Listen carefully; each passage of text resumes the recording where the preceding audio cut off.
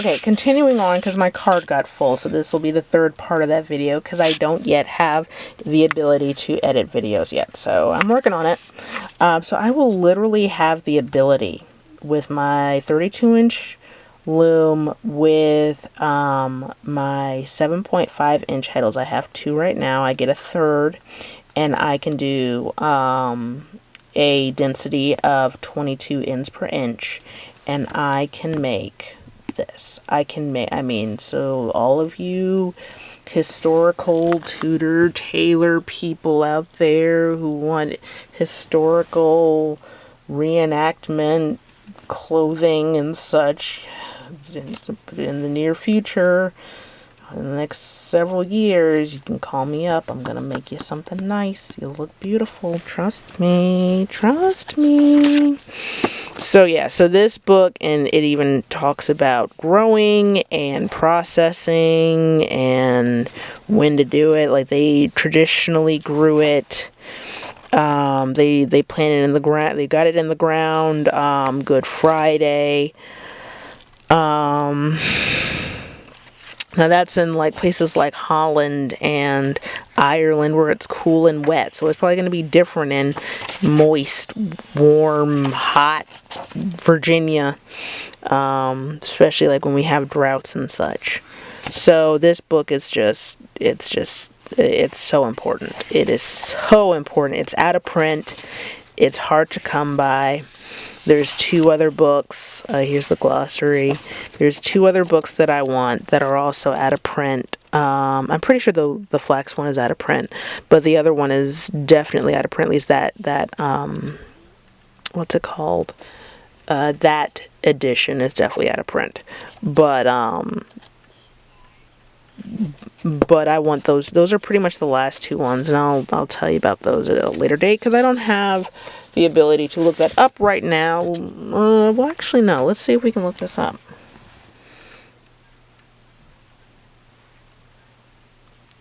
Somebody just left a comment on my YouTube video. Tanya Stottlemyre. Love your method for not putting down the... Oh, somebody called? Who called? Sorry. Oh, my Mary Kay lady called me.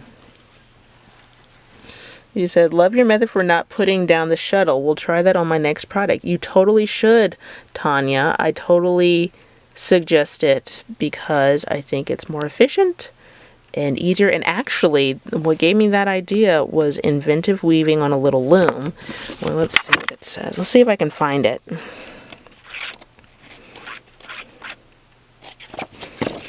Let's see if we can find that one part.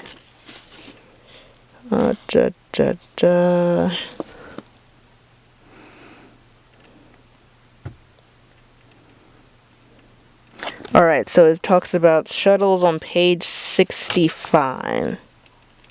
Alright. Stick shuttle.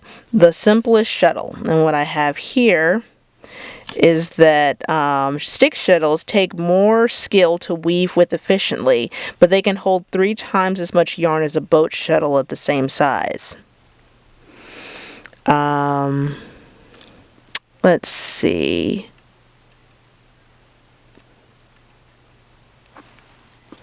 Let's see, does it have that one part I really like where she talks about how with a stick shuttle, you want to, it's a little bit difficult because you gotta use, as you see in my other video, you kind of have to fiddle with it in a certain way depending on the orientation of it with the weaving and the loom. One side is not going to have the same action as the other side as you weave, and this book talks about that just very briefly, and it says you kind of have to pop it off on one side and then flick it off on another. And when you first read that, you're like, what does that even mean? But once you actually get the muscle memory of using a shuttle, makes total sense, and you're like, that is so true. That's how you weave efficiently. So yes, totally. Tanya, thank you for commenting. So we're going to look up that one book, the one book that I want. the 2 books that I want in closing of this video. So let's see here. And you can just look at my books while I'm doing this. Alright, so we want to go to eBay. I think it's called the Hand Weaver's Pattern Book. The green one, not the red one. Hand Weaver's Pattern Book. Hand Weaver's Pattern Book. Yeah, so there's a red one. You can't, yeah, there you go. There's a red one. You don't want the red one. You want the green one. And these books run for like $100 on like Amazon if you can get it, and eBay. But every now and then you'll find one for like $60.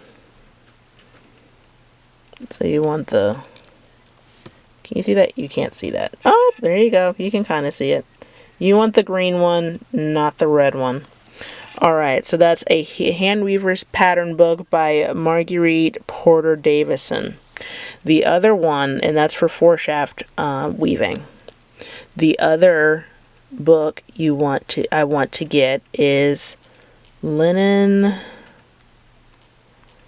from, I can never remember what it's called. I need to go to Amazon. And I could get it on eBay, but wait, linen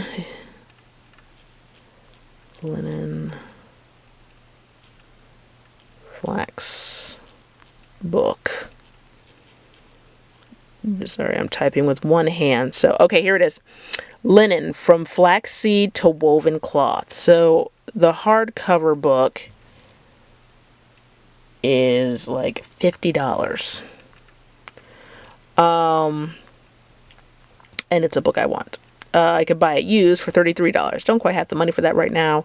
But those are the last 2 books I want to add to my collection.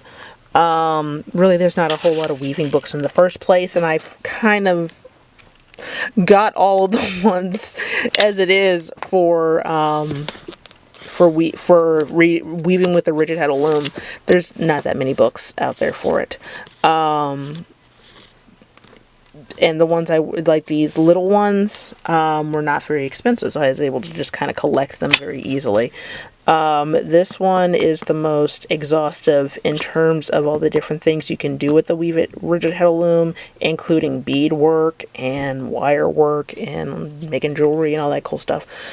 So those are the last 2 books I'd want for my library. Beyond that, I feel like the whole thing is whole and good to go and all that good stuff. And even this book, like I said, this is more just the best place I have for this book. But I do look at these pages and I see, let's see, can we get to that one page with the smock where it might not talk about set and how to weave the fabric. You know, you can't really see it there, but that's a piece of fabric, and you can look very closely and see, you know, what they were way back then, because that's like, I think that's an, what do they call it? Extant fabric.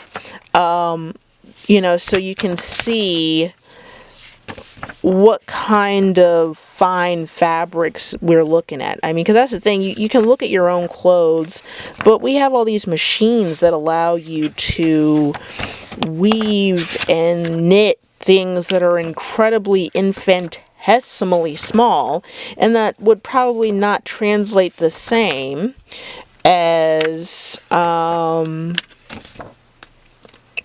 what you'd see in the 16th century or the 17th century or whatever. Okay, I can't find it. And that might have actually been the thing I was looking for, that one piece of fabric that I told you about. But I would like to make fabric so that the reenactment community can purchase period or close to period linen fabric.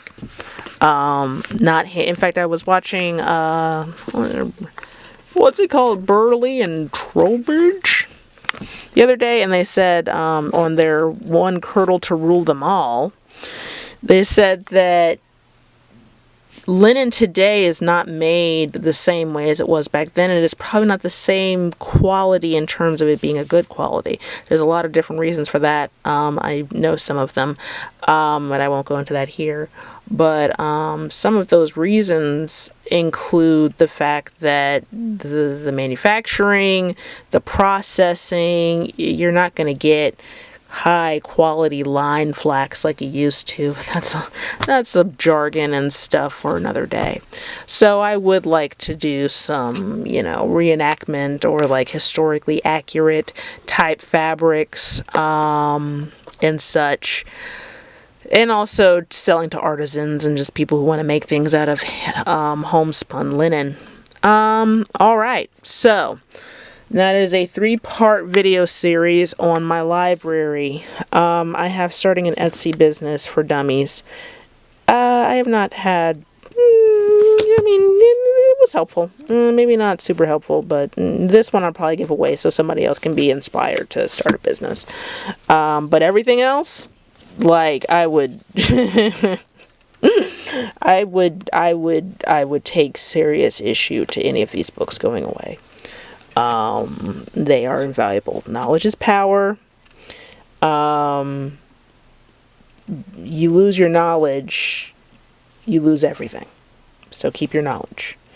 Learn things, read things, commit things to memory, and teach your children, the children around you, your friends, your family, the knowledge you have so they can carry it on. Because that's the thing, if these go up in flames, because sometimes things are out of your control. You lose things anyway. If these go up in flames, I want them all up here in my mind. Okay? Knowledge is power. Keep the knowledge in your head and the heads of your friends and family and children so that way this, whether it goes up in flames or is stolen or whatever, it's still there. All right. Over and out.